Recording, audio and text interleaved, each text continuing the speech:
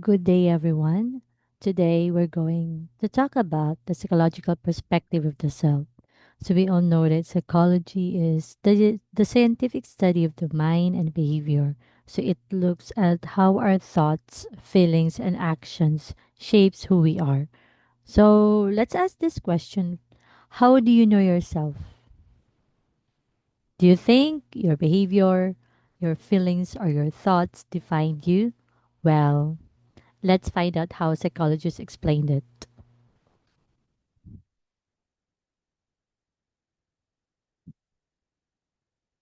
So, as society developed, so did the sciences. So, philosophers began to study the self as being centered in the mind or the brain. At the same time, psychology was rising as a field on its own, which focused on investigating these topics as a cognitive construction. So, focus its inquiry on internal cognitions and ask questions such as what can make an effective self a happy self? How does the self know itself? What cognitive processes are involved in forming the self? So these are the questions that probably we will be answering after discussing about the psychological perspective of the self. Next. So in psychology, so the self is seen as both a cognitive and behavioral construction. This means it's shaped by our thoughts and actions. So there are three important psychologists who study the self.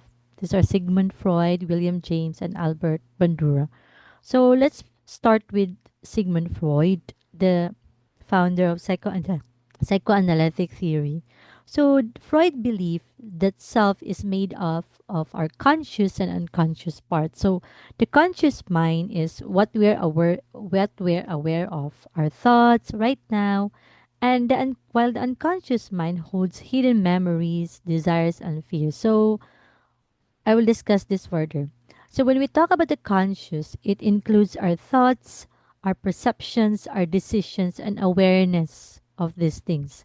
So, example, you're thinking about what to eat for lunch. That's something that you are conscious about, you're aware about.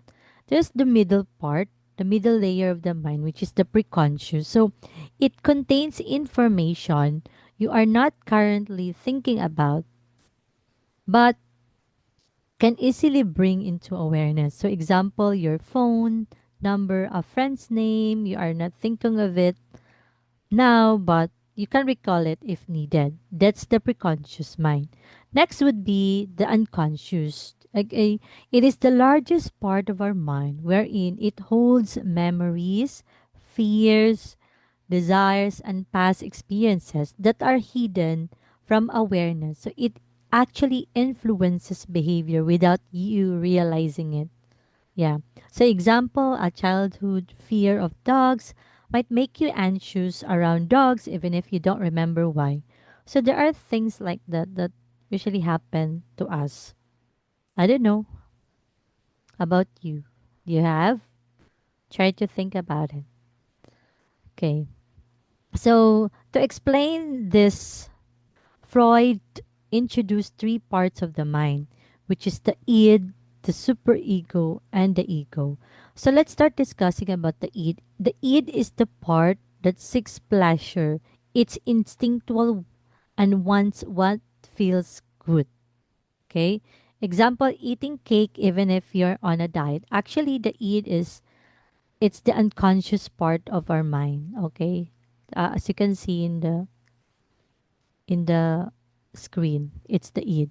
Next would be the superego. It is your moral compass. It tells you what is right or wrong. Okay.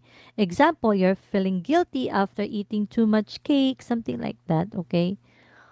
And then the ego, which is the reality check, the one who balances what you want and what's acceptable. Example, choosing a smaller size slice instead of eating the whole cake. So the id, the ego, and the superego. These are the three parts of the mind. So actually, um, Freud compared the mind to an iceberg, as you can see in this picture, di ba? So the visible part is above the water is the conscious. That is where your ego, okay? And the hidden part below the water is your unconscious, okay? With a layer in between the pre-conscious. So together, these three parts shape our behavior and personality.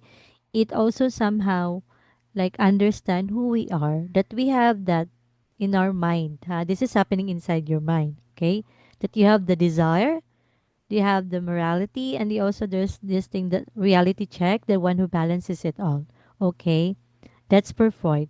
Now let us proceed to William James. Actually, William James is the father of functionalist school of thought. Okay, so according to him, the self has two parts: the I self and the me self. So the I self is the knower. This is you being aware of yourself.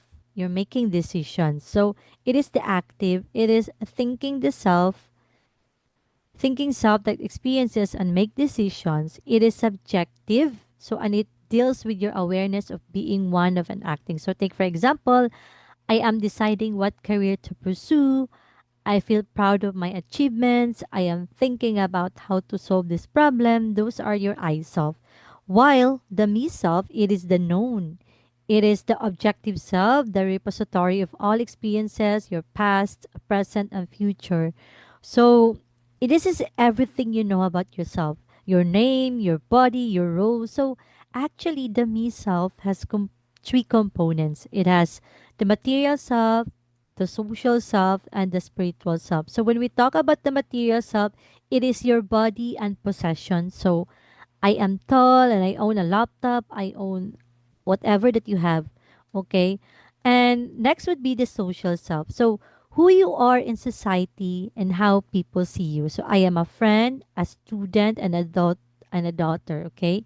That is your social self. I'm also a mother, something like that, who you are.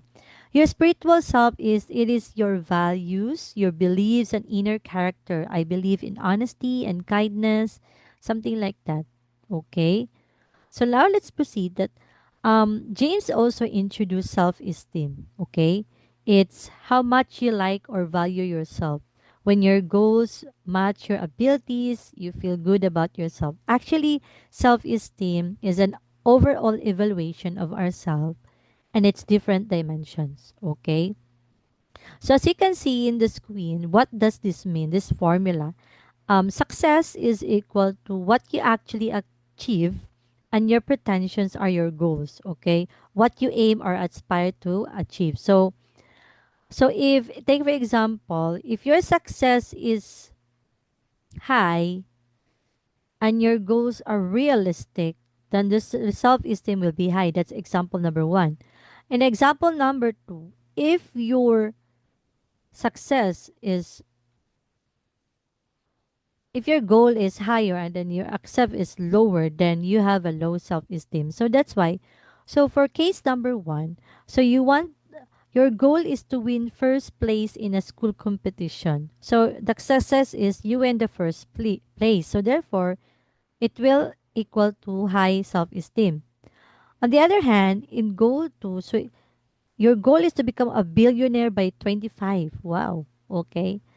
Then success is you earn a good salary but not a billion. So you have a low self-esteem. So it's about this guys, so if you have goals it should be achievable, not like yes it can be achieved but maybe it's also like measurable, smart, okay, specific, measurable, attainable, realistic, something like that. Okay, so this is how William James defines self esteem and measures self esteem. Okay? For James, a realistic view of self and one's aspiration is important in order to have positive feelings about oneself. So, the problem occurs when one's ideal self turns into an idealistic and unrealistic mass self. So, I must be a good student, I must provide my family with luxuries. So, it's okay to be idealistic, okay, but not to the extent that you are no longer in the reality, okay? So it's okay to have goals in life. as long as it's very specific, it's achievable as of the moment. Okay, we have dreams, right? We have wishes that we want to achieve or what, but as of the moment, whatever that is um like possible to come true, then go for it. And for our long-term goals, oh, you have to work on it. Okay. According to William James, there are different levels of self-esteem. So why do some people have so-called low self-esteem or the reverse, high self-esteem? So try to ponder on this, okay, and reflect how William James defines self-esteem. Actually, how do you increase your self-esteem? Like to increase your success by working hard, you're gaining skills, and also you lower your unrealistic goals. You make them achievable. I know that we are all influenced by TikTok or the social media that we have kind of itag yung mga unrealistic goals that is not really as of the moment cannot achieve it yet. So might as well lower it, okay? So to make it more achievable. So as of the moment you're a first year student, so how what's your goal? Maybe your goal is to become a dean's lister. So you have to work on it. You have to, diba? You have to gain skills. You have to work on it. You have to study. Okay, that's realistic. That's a realistic goal. So it become an unrealistic goal if you are not doing something. If you're not studying, you're not submitting requirements, something you will submit, but you will it's late, something like that. So you have to do something. If you have goals in life, you have to do something on it. You have to work hard on it. Okay, because it will affect your self esteem. Okay, and if it will affect your self esteem, what will happen to you? Diba? You will not perform well. Okay, it will also lower your self confidence. Okay, check, check yourself. Okay, as proactive and agentic humans, we are capable of controlling our behavior towards more achievable goals, leading to more positive use of the self. So, we are capable of controlling our behavior, guys, towards more achievable goals, leading to more positive use of the self. Okay? So, there are two things, okay? That's the self regulation and the self efficacy. So, our self regulation is our ability to control our behaviors towards goals which are more likely to result in a positive experiences and rewards. Okay, so control one's behavior, emotions, and thoughts to achieve long-term goals. So it involves actually self-monitoring or self-observation, your self-judgment, and self-reaction. So how do you observe yourself? You monitor your actions, because if you are aware, if you're able to monitor your actions, you can regulate yourself. So next will be self-judgment. So you compare your behavior against personal standards or goals. Okay, you try to evaluate yourself, you judge yourself, something like that. And next would be self-reaction. It is rewarding yourself when you meet goals or correcting behavior when you don't. So small wins, okay, so you reward yourself if ever you were able to meet small goals, something like that. You'll be able to wash your your clothes, something like that, your dishes. You'll be able to finish listening to my or watching to my video. You reward yourself, okay? Next would be like, okay, the concrete example is for self-regulation is, take for example for you track study hours daily, something like that.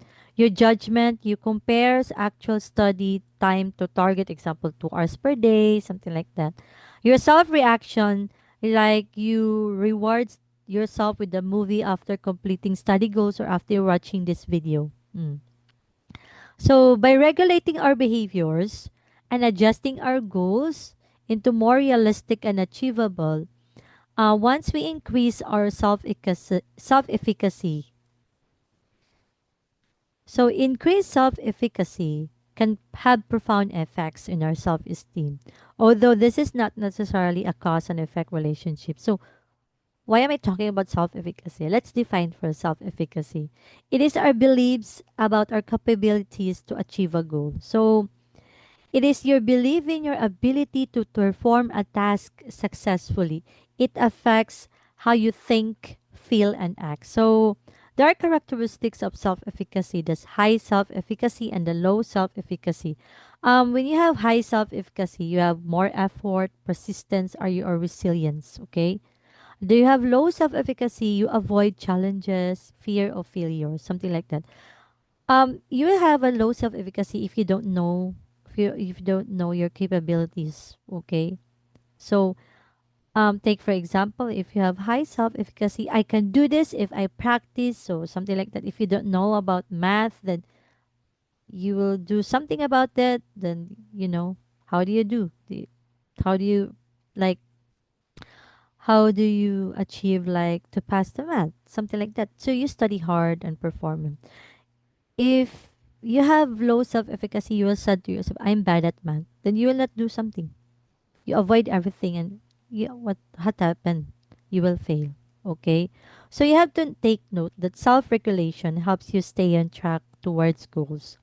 Self-efficacy influence whether you start, persist, and believe you can succeed. Okay, so I hope that you have this.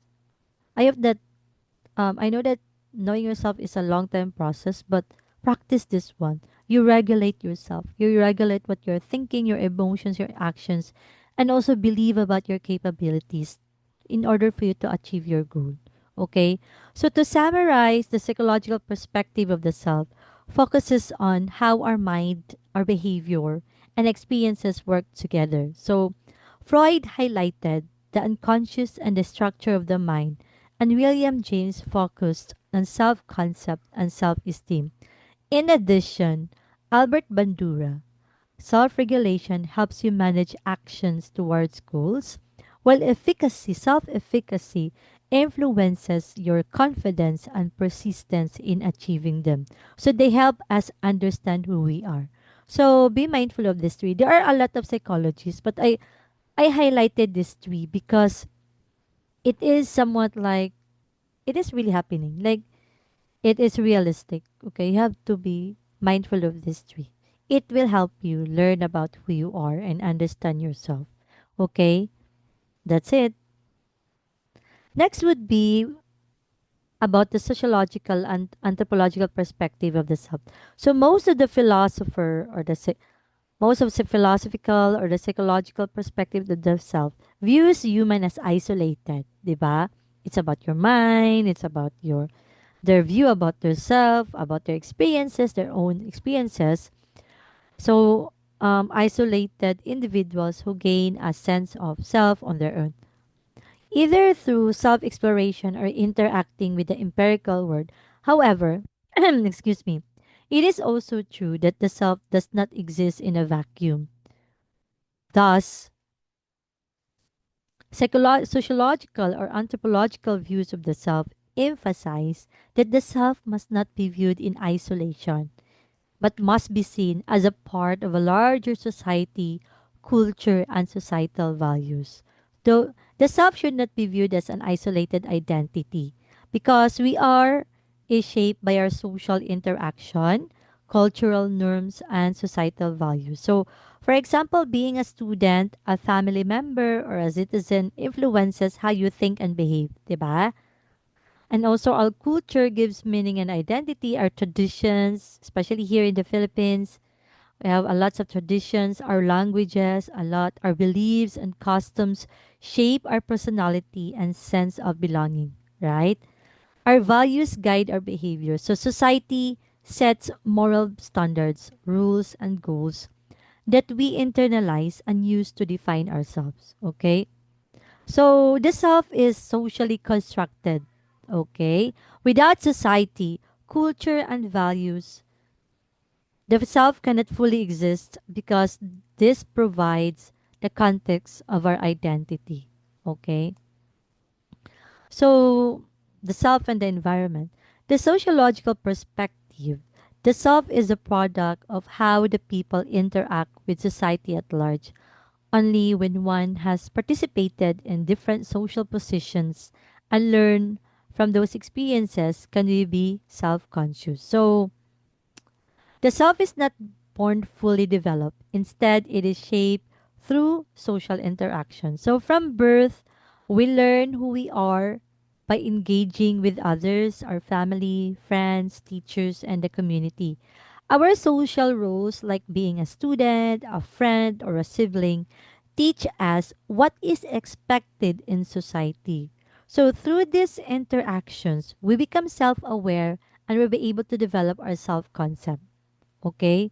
So, we become self conscious, aware of ourselves only when we interact with people and occupy different social positions. So without society, the concept of self cannot fully form. Okay? So take for example, a child learns they are kind because people praise them for sharing. A teenager identifies as a leader after taking part in group projects. So this is the idea of the sociological perspective of the self. Okay, so this is different from the philosophical and psychological. So I am just explaining to you this is sociological perspective of the self. Okay, so next would be let's proceed to the anthropological perspective. The self is differently conceptualized across cultures. Example, the Western or the Eastern orientations. How we view the self begins and ends with the group we are in. That's the anthropological perspective. So our culture plays a key role in shaping the self. Who we are and how we define ourselves depend on the cultural group we belong to. So there are different cultures have different concept of the self. So Western cultures usually they are very individualistic. On the other hand, the Eastern cultures were collectivistic. So that's where we are, the Eastern culture. So this means our identity begins and ends with the group we belong to, our family, our tribe, nation, or culture. So, diba, take for example, in the Philippines, the family is highly valued. Diba, we valued our family so much. So, the self is often defined in relation to our family roles, diba? Something like that.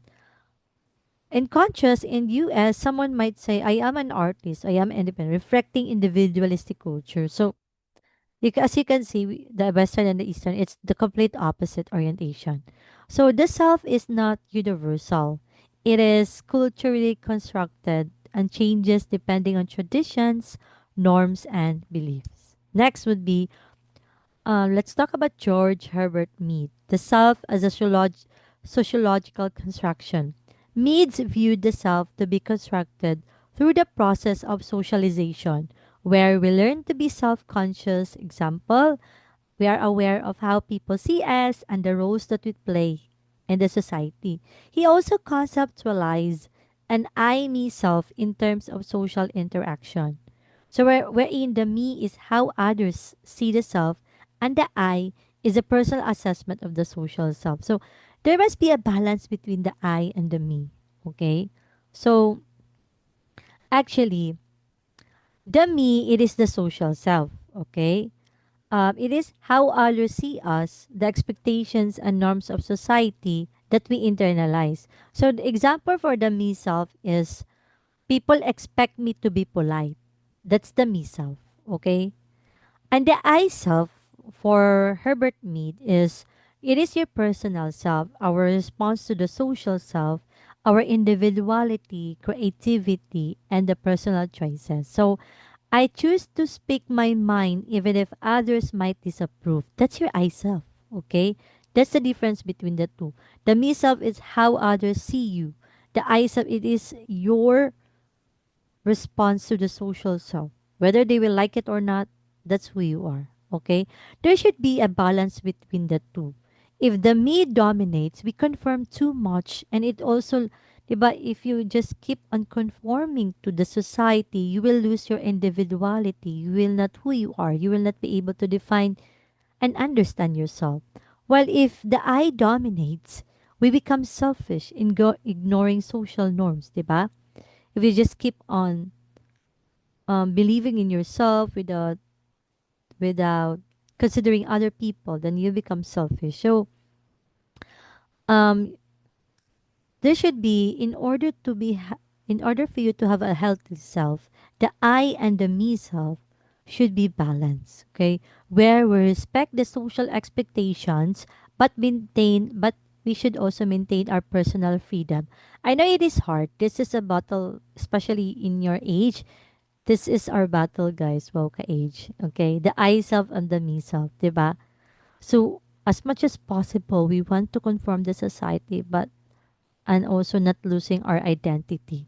So again and again, knowing yourself and dealing the society is a lifelong process. So at least you're aware.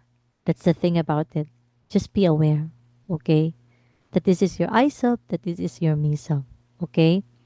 Next would be let's compare William James, the I self and the me self, and George Herbert Mead, okay? The self, according to William James, the self is a product of cognition, okay? The me self is an object of awareness of the total experiences of the I, having material, social, and spiritual components. The other hand, Gerbert Herbert Mead, the self as a product of social interaction and role taking. So the me self is the sum of all the perceptions others have of the self. Okay. Um actually, mm, for William James, the me self is internal, formed by self inter reflection, material, social, spiritual aspects. Diba? That's how James defined the self. It composed of the three. Okay. Well, Herbert Mead, the me self is external. It is formed by social feedback and interaction. So that's why it's there they are different. William James is to more on the internal. It's about self-reflection.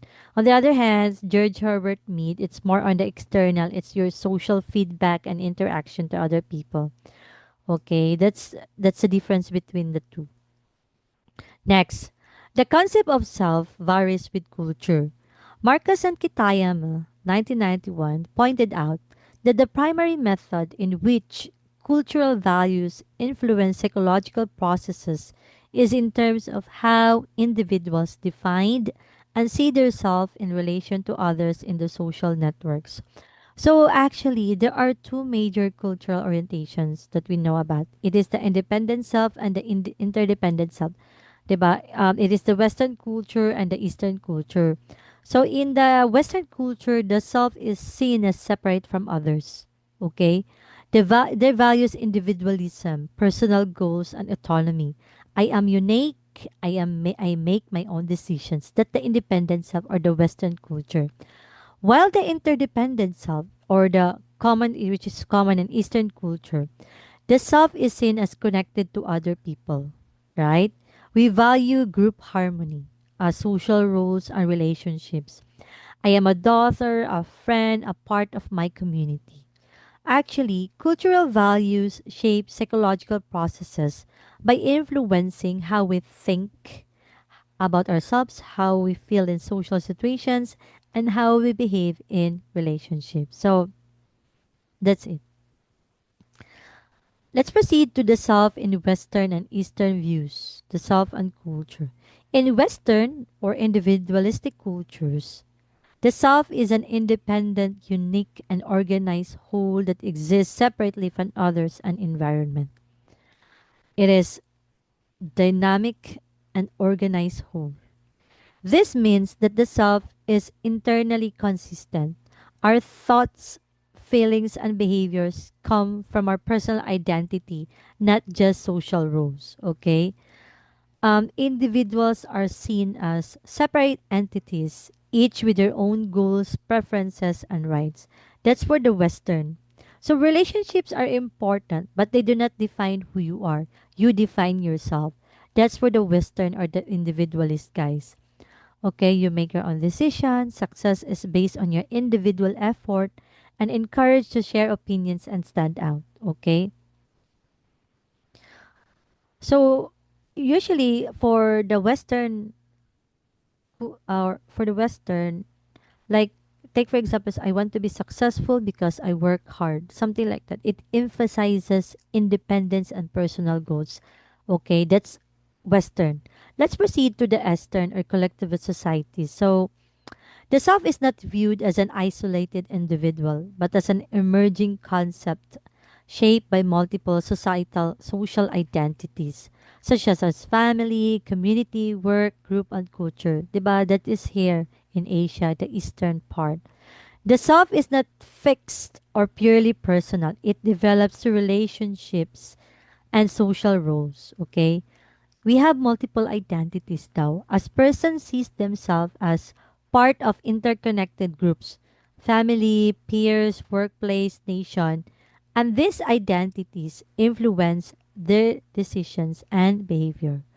Okay? So usually for the Eastern, you maintain your relationship with other people or within the group, diba? You fulfill your duties to your family and community. I am a daughter, I have to be like this. I am a what in this community, I should be like this, okay? The self is defined by social roles and group membership rather than individual traits, okay? Usually, take for example, like I am part of my company and my success is our success. So, can you see the difference? Usually, for the Western, it's about like I will do this. This is my hard work. I will. For the Eastern, like it, whoever you are as an individual reflects your community, your family, your society, something like that. Okay, so that's it for Western and Eastern views of the self. Okay, let's let me introduce to you Confucius, the Eastern or Oriental view of self. Confucius, a great Chinese philosopher who shaped Eastern cultures and understanding the self. So, unlike Western philosophy, um, which focuses on individualism, Confucian philosophy sees the self as relational, meaning your identity comes from the relationships you maintain. Okay, di ba? Pwede po siya. Char lang. So the cardinal key ideas for Confucius is his cardinal relationship, relational identity, influence on Eastern culture. So let's proceed. Let's start with cardinal relationship. So Confucius defined the self through five key relationships: the ruler or the subject, the father or the ruler subject, the father son, husband wife, elder brother, younger brother, friend. So these relationships are based on reciprocity, interdependence, and harmony. 'Di ba? We have cardinal relationships and these are these things, okay? Let's proceed to relational identity. The self is not an isolated individual, but a network of relationships. Your role and duties in these relationships define who you are. Okay? Example, you are a child in a family, student in school, citizen in society. That's a relational identity. Okay? And third is it also influenced an Eastern culture. So this philosophy spread across Asia, shaping societies like China, Japan, and Korea. So in these cultures, societal values and expectations strongly affect the concept of self. 'Di ba? Do you agree with this? That societal values and expectations strongly affect the concept of self. Yes, I mean. So success, behavior, and reputation are often measured by how well you fulfill your roles in relationships. So again, for the Eastern under Confucian, the self is defined by obligations and harmony with others, while the Western, the self is defined by independence and personal achievement. So, in Confucian thought, a person might say, I am a good son and loyal friend, emphasizing duties and relationships rather than personal traits. That's the Eastern or Oriental view of self, according to Confucius. Okay, lastly, the salient features of individualist and collectivist cultures. Let's start with the individualist cultures. It fosters independence and individual achievement. Yes. So, it also promotes self-expression, individual thinking, and personal choice. It associated with egalitarian relationship and flexibility in roles. It associated with private property and individual ownership. On the other, collectivist cultures, it fosters independence and group process. It promotes adherence to norms, respect for authority, elders, group consensus. It also associated with stable hierarchical roles. And it also associated with shared property and group ownership. So again, an individualistic culture or the Eastern US, Western Europe, they value independence, personal goals, and self-expression. That's the individualist culture. While the collectivist cultures, the Asia, the London, it values harmony, group loyalty, and social rules. Okay, that's it. So the concept of self varies with culture.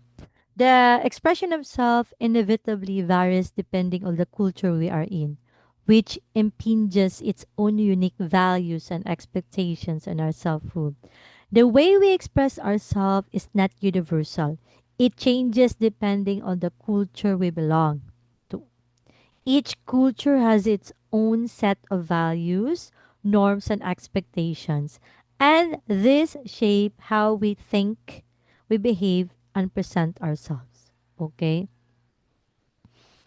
So, try to ponder. So, why is it so complicated? Because it is. Diba? Our self is very complicated. That's why it's a lifelong process to know about self and to understand about it.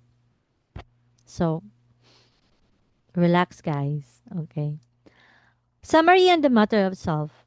Um, the self is a complex and multifaceted aspect of human beings, defined by ourselves, others, and the environment, which is needed to be a fully functioning human. So, by now, we have a general but hardly comprehensive view of the self. Knowing these perspectives, it is not surprising why some people think that the self is complicated. It's because it is.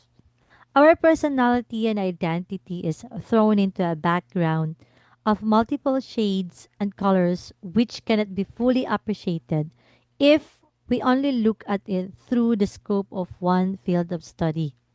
And perhaps the reason why the self is still much of a mystery up to now is because it is just that complicated. However, it is safe to say this about the self. It is a complex and multifaceted aspect of human beings, defined by ourselves, others, and the environment which is needed to be a fully functioning human. That's all. Thank you. So questions? Walay questions. Bye. So now I'll proceed to your activity. You create your Isekai background, the guidelines. You can do whatever you want as long as you will integrate the philosophical, the psychological, the sociological, anthropological, and the Eastern and Western culture. Okay, as you can see in the right side, it is the unknown character. You have to do this like this, huh? You have the character. You can draw whatever. If you cannot draw, let others draw it for you. What? Okay. You have you have to put your philosophical, psychological, sociological, anthropological, and Eastern Western culture, whatever. Criteria relevance to perspectives or content, it's 60%. It's very 60 points. Creativity and originality, it's 20 points. So, dili mag, it is always, it should be who you are, not other people, not from chat GPT or whatsoever. It should be who you are. Okay, your philosophical view, something like that. Though you can find in the internet like same, but still it should be you. Okay, that we are all kuan kanang unique individuals. Aesthetic quality 20 points lang na siya. Okay, so that's a total of 100 points. It should be long printed in a long bond paper and deadline September 15, 2025. The long band printed long band paper, you should submit it or you should give it to your class representative. Okay? And on Monday, September 15, I'll be at school. So see us sa tanan. Okay?